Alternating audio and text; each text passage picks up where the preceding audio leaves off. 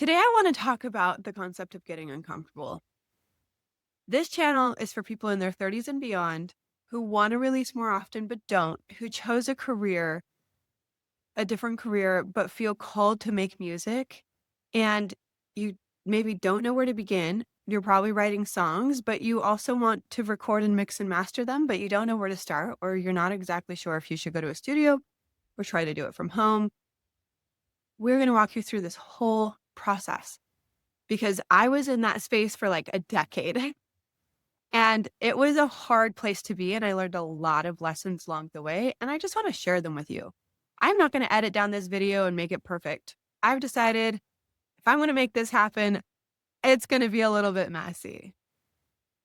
So let's get started with the idea of get uncomfortable. Okay. The other day, I did something a little bit extreme and I did a 5-minute cold plunge. I was gonna shoot for 30 seconds, and I went in for 30 seconds, and I set a timer for myself, and then it was going really well, and I was like, "Well, I could stay in for a minute." I was, like, using breathing to really calm my body down and to remind myself I'm okay, I'm safe.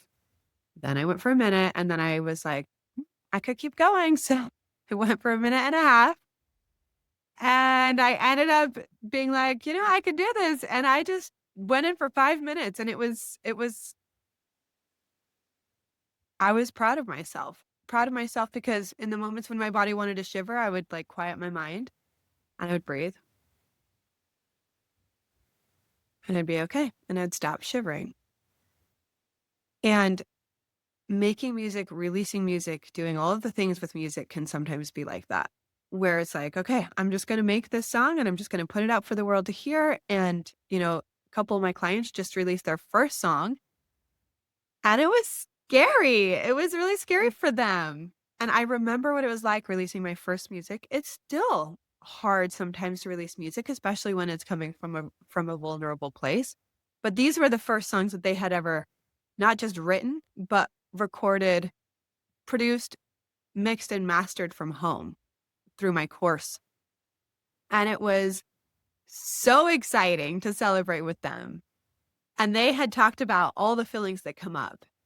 And we get really uncomfortable with putting ourselves out there and being vulnerable, Hey, I made this. But then there's a difference. Okay, am I going to go with, that's my Band-Aid. You like my pretty Band-Aid? I was cutting hair and I accidentally nicked myself. So there's a difference between putting something out confidently and being like, you might be proud of it, but the minute you start thinking about, well, what will other people think and will other people like it? That is when it starts to really bring the jitters. The whole like, your body's shaking in the cold plunge and you can't get control of like your situation. Quiet the mind, remind yourself it's going to be okay. And that's a space that takes effort to get into because it does not come naturally for us. It takes time to really have that become the default. And for most people anyway. Maybe there are some people who can kind of just shrug off, the thoughts of what they think other people are thinking, which other people are not thinking. And if they are thinking, that's okay for them to think. It's okay for them to maybe not like your song. Do you like every single song you come across? No. Do you like every single genre you come across? No. Do you like every single thing you come across? No. You form an opinion about what you like and don't like. And that is the beauty of putting something out there for the world because some people are going to like it and some people are not going to like it. Okay. That's obvious.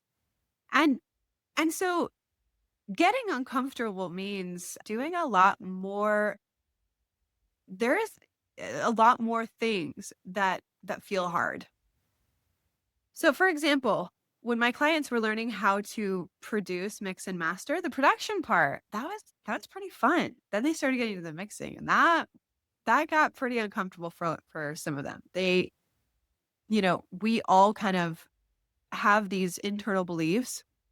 Some of us have internal beliefs of, oh, I'm really good at technology and I can do this and I can learn anything. And other people have beliefs of like, oh my gosh, I don't know if I can learn this. And whatever those internal beliefs are, we've got to walk ourselves through them and like coach through those moments. So I guess I'm wondering, like, what is it that you feel like you've been wanting to do in terms of your music, but you have felt too uncomfortable and you haven't been okay with that discomfort? Like, have you been wanting to write more songs or try a different genre? Or maybe you've been wanting to write about something that has been like a powerful lesson for you or something that has been a hard experience and you're afraid of whatever it is. What are you afraid of?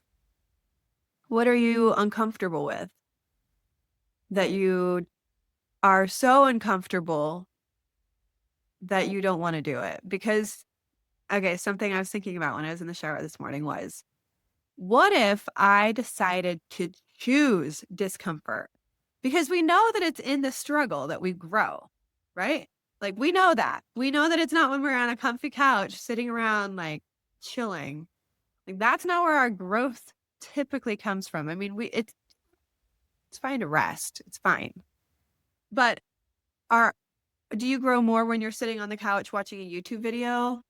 Or do you grow more when you're actually in the ring doing the thing that is so hard to do and to stay consistent? I have a hard time being consistent with social media, and I really want to grow my channel to reach people like you, people whose shoes I was in. And I want to create a community of people who write songs and who want to heal from their past, articulate the present, and manifest their future through songwriting. And part of the way that they do that, part of the way that you will do that is also by learning the skills of production, mixing, and mastering. Even learning the skills to be able to go into a studio if that's what you prefer to do at first, which is fine. That's what I did at first. Then I want to create this channel for people who can relate to my experience because I know there's a lot of you out there. I've already met lots of you. And the reason why you need to play an instrument using Mac because that's how I'm going to help you get to the finish line. If you want to learn to produce, then you do need a Mac, at least for me to be able to help you in the best way. For a decade, I was just trying and trying and trying to figure out what I wanted to do because music was calling, but I was also an assistant principal and I was consulting in education and I was doing a lot in that area of education, but I also felt like I need to do more with music. And, eventually I made the decision to do it. I learned how to produce, mix, and master. I like realized that my strengths lie in healing my past and manifesting my future. That's how I healed my relationship with my dad was through my music and telling my story. And then with my husband, I feel like I manifested my husband through my songwriting. And I am really good at processing my emotions through songwriting. So all those things, I feel like nobody is talking about this and I want to. I want to. I'm just talking to you straight up, hoping that something resonates with you. And I just want you to feel like like this is going to happen for you. That there is someone here who actually cares about what journey you're on because maybe you didn't choose that when you were 20. Maybe you didn't choose to be an artist and go after the dream of becoming, famous. There are 1,000 ways you can find and create space for yourself in the music industry, not even like in the music industry itself, in whatever realm it is that you want to take place in. That dream is a reality if you keep doing the little step by step every day, small steps toward that. And that is why I really love this idea of choosing discomfort because I'm not I'm not going to grow toward what I want if I'm just going to like lay ahead and watch YouTube videos about how other people are making their dreams come true. Like I think that when we find somebody who is on a path, they're making music from home or they're making their music and releasing it, aka me, then it's fine to watch YouTube videos of people who are literally walking your path. It's also fine to watch YouTube videos of whatever you want to watch. But what I'm trying to say is, I'm going to speak for myself here. I have been watching so many YouTube videos, like today, this morning, before I did this. And actually, it was helpful for me because then I decided, you know what? I'm going to do a challenge for myself. There was this guy this Asian guy, he calls himself like Asian Coggins, or people call him Asian Coggins, where he decided for 100 days, he is going to like work out like this guy called, is it Dave Coggins? Anyway, maybe you know who I'm talking about. I didn't know who this guy was, but he's achieved great things. And this guy follows him and he's like, you know what? I'm going to see what I can do in 100 days. Well, for the last little while, like a week ago, I said, I'm going to make 30 videos in 30 days. And I'm going to do 90 days of marketing. And I had these plans, but then I didn't actually do anything about it. And then I started editing my videos, and those videos were like, they're still sitting in my stuff because I like would start it and then I wouldn't finish it. And I'm like, oh gosh, like I'm doing the same thing. Like I'm starting this thing, I'm trying to edit it and get it perfect. And then I don't release it. And one of the things that I have learned when I was studying a lot about technology and like launching an app and different things like that was that if you launch your app, and these are the people like, you know, Reid Hoffman, who launched LinkedIn, and then like the Lean Startup book that I read, I don't know, more than a decade ago, because I was really into the tech world for a while. And they always say, if you launch it and it's perfect and doesn't have any bugs, then you've launched it too late. So I'm like, okay, I am going to just do this. I'm not gonna try to make these videos perfect because I'm just getting lost. I'm getting lost in the editing. And at some point, I will probably make them better so that you don't have to listen to me go, better. You don't have to be like, oh, like that. She just said so like 1,000 times or whatever. Okay, I'm a human. I make mistakes. And you know what? So do you. And that's okay.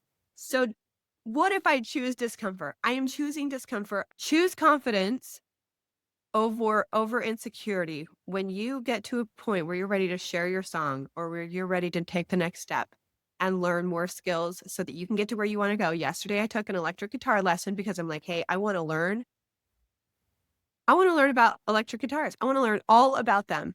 And I want to start using them in my productions because I haven't. I have my acoustic guitar that I love.